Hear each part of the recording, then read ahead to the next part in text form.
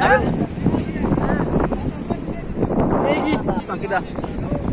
Guys, আসসালামু আলাইকুম। আমরা এখন আছি ইরানি বিচে। আমার সঙ্গে আছে আমাদের বড় ভাই আলম ভাই। আলম ভাই। কিছু বলো।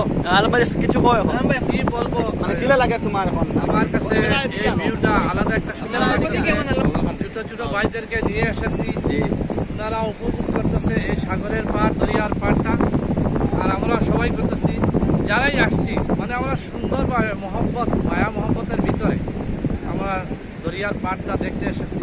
আল্লাহ রহমতে সবাইকে সুন্দর ও সফল করে আমাদেরকে আমাদের দিন বাড়িতে স্থানে নিয়ে যায়। এই জন্য আল্লাহর কাছে দোয়া করতেছি সবাই।